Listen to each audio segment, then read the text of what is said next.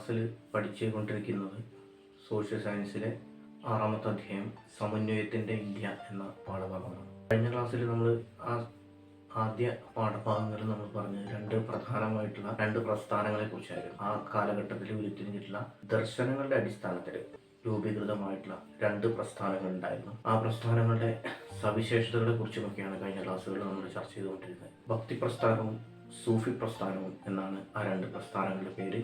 അതിൻ്റെ സവിശേഷതകൾ, അതിന് നേതൃത്വം നൽകിയ ആളുകൾ, അവരുടെ ജീവിതചര്യകൾ, അവരുടെ ജീവിത രീതികൾ എപ്രകാരമായിരുന്നു, അവരുടെ പ്രധാനപ്പെട്ട ഗുരുക്കന്മാർ അറിയപ്പെട്ടിരുന്നത് ഏതൊക്കെ പേരിലാണ് തുടങ്ങിയിട്ടുള്ള കാര്യങ്ങളാണ് നമ്മൾ കഴിഞ്ഞ ക്ലാസ്സിൽ പഠിച്ചുകൊണ്ടിരിക്കുന്നത്. ഇന്നത്തെ ക്ലാസ്സിൽ നമ്മൾ പറയാൻ പോകുന്നത് അടുത്ത പ്രസ്ഥാനത്തിൽ, അതായത് ഭക്തി പ്രസ്ഥാനത്തിലെ തന്നെ നിലനിന്നിരുന്ന 2 വിഭാഗങ്ങളെക്കുറിച്ചും തുടർന്ന് തൊട്ടടുത്ത പ്രസ്ഥാനമായിട്ടുള്ള വീരശൈവ പ്രസ്ഥാനത്തെക്കുറിച്ചാണ് ഇന്ന് നമ്മൾ പറയാൻ പോകുന്നത്.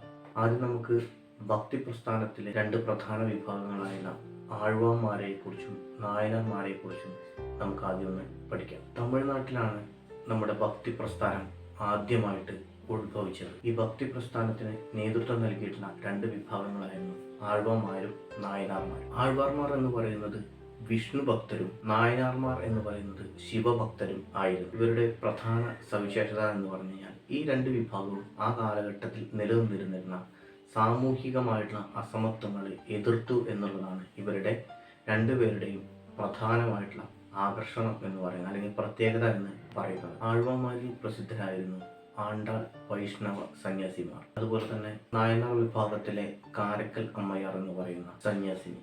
ഇവർ ശിവഭക്തരായിരുന്നു എന്നാണ് പറയുന്നത്. ഈ നായനാർ വിഭാഗങ്ങളിൽ ഉൾപ്പെട്ടിരുന്ന ആളുകൾ കർഷകർ, തൊഴിലാളികൾ, വേട്ടക്കാർ, അതുപോലെ തന്നെ സൈനിക, ബ്രാഹ്മണന്മാർ, മുഖ്യന്മാർ തുടങ്ങിയിട്ടുള്ള വിഭാഗങ്ങളായിരുന്നു നായനാർ വിഭാഗത്തിൽ ഉൾപ്പെട്ടിരുന്നത്. ഇവരുടെ കൃതികൾ മുഴുവൻ സമാഹരിക്കപ്പെട്ടുള്ളത് തേവാരം എന്ന കൃതി സമാഹാരത്തിലാണ്. ഈ ആഴ്വാന്മാരെ കുറിച്ചും നായനാർമാരെ കുറിച്ചുള്ള കൃതികളൊക്കെ സമാഹരിക്കപ്പെട്ടിരിക്കുന്നത്. അപ്പൊ ഇത്രയും കാര്യങ്ങളാണ് നമുക്ക് ആഴ്വാന്മാരെ കുറിച്ചും നായനാർമാരെ കുറിച്ചുമൊക്കെ പഠിക്കാനുള്ളത്. ഇനി നമുക്ക് വീരശൈവ പ്രസ്ഥാനം എന്താണെന്നും അതിന് പ്രത്യേകതകൾ എന്താണെന്നും അതിന് നേതൃത്വം നൽകിയിട്ടുള്ള ആളുകൾ ആരൊക്കെയാണെന്നുള്ള കാര്യമൊന്ന് പരിശോധിക്കാം. വീരശൈവ പ്രസ്ഥാനം 12ാം നൂറ്റാണ്ടിൽ കർണാടകയിൽ രൂപം കൊണ്ടിട്ടുള്ള ഒരു ജനകീയ പ്രസ്ഥാനമായിരുന്നു വീരശൈവ പ്രസ്ഥാനം. വീരശൈവരുടെ പ്രത്യേകത എന്ന് പറഞ്ഞാൽ ഇവർ കഴുത്തിൽ ശിവലിംഗം ധരിച്ചിട്ടുണ്ടായിരുന്നു. അതുകൊണ്ട് ഇവർ അറിയപ്പെട്ടിരുന്നത് ലിംഗായത്തുകൾ എന്ന പേരിലും കൂടിയായിരുന്നു. അപ്പോൾ 12ാം നൂറ്റാണ്ടിൽ കർണാടകയിൽ രൂപം കൊണ്ടിട്ടുള്ള ഒരു ജനകീയ പ്രസ്ഥാനമാണ് വീരശൈവ പ്രസ്ഥാനം. ഇവർ ശിവലിംഗം കഴുത്തിൽ അണിഞ്ഞത് കാരണം കൊണ്ട് ഇവരെ ലിംഗായത്തുകൾ എന്നുകൂടി അറിയപ്പെട്ടിരുന്നു. ബസവണ്ണ എന്ന് പറയുന്ന ആളാണ് ഈ പ്രസ്ഥാനത്തിന്റെ നേതാവ്. ജാതി, മത, ലിംഗ വ്യത്യാസമില്ലാതെ ആദ്യമായി രംഗത്ത് വന്നിട്ടുള്ള ഒരു പ്രസ്ഥാനം കൂടിയായിരുന്നു ഈ വീരശൈവ പ്രസ്ഥാനം. ഈ വീരശൈവർ എന്ന് പറയുന്ന വിഭാഗം ശിവഭക്തരായിരുന്നു. അതുപോലെ തന്നെ 12ാം നൂറ്റാണ്ടിലെ ലിംഗായത്തുമായിട്ട് ബന്ധപ്പെട്ടുകൊണ്ട് ഉയർന്നു വന്നിട്ടുള്ള ഒരു ജനാധിപത്യ വേദിയാണ് അനുഭവ മണ്ഡപം എന്ന് പറയുന്നത്.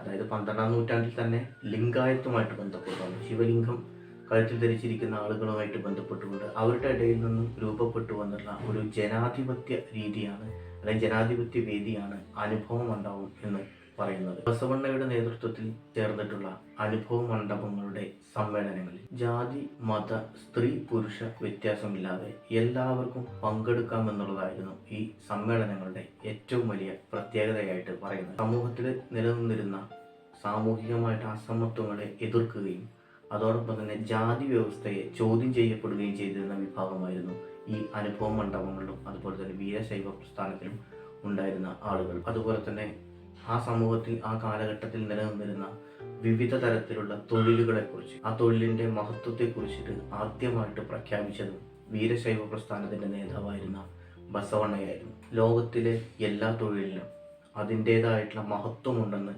പറഞ്ഞിട്ടുള്ള ആളായിരുന്നു ഈ ബസവണ്ണ എന്ന് പറയുന്ന ആൾ. ബസവണ്ണ, അതുപോലെ തന്നെ അല്ലമ പ്രഭു, അക്ക മഹാദേവി എന്നിവർ വചന സാഹിത്യത്തിൽ നിരവധി സംഭാവനകൾ നൽകിയിട്ടുള്ള ആളുകളാണ്. ഇവരുടെ ഈ വചന സാഹിത്യത്തിലൂടെ വേദങ്ങളുടെ പ്രാമാണികതയെ ചോദ്യം ചെയ്യുകയും അതോടൊപ്പം തന്നെ സാമൂഹ്യ പരിഷ്കരണ ശ്രമങ്ങളെ പ്രോത്സാഹിപ്പിക്കുകയും ചെയ്തു. ഇത്രയുമാണ് വീരശൈവ പ്രസ്ഥാനത്തെക്കുറിച്ച് നമുക്ക് പഠിക്കാനുള്ളത്. നമ്മൾ ഇന്നത്തെ ക്ലാസ്സിൽ പഠിച്ചത് ആഴ്വാർമാരെ കുറിച്ചും നായനാർമാരെ കുറിച്ചുമാണ്. അതുപോലെ തന്നെ മറ്റൊരു പ്രസ്ഥാനമായിട്ടുള്ള വീരശൈവ പ്രസ്ഥാനത്തെക്കുറിച്ചുമാണ് ഇന്ന് നമ്മൾ ചർച്ച ചെയ്തത്. വീണ്ടും അടുത്ത പാഠഭാഗവുമായി നമുക്ക് അടുത്ത ക്ലാസ്സിൽ കാണാം.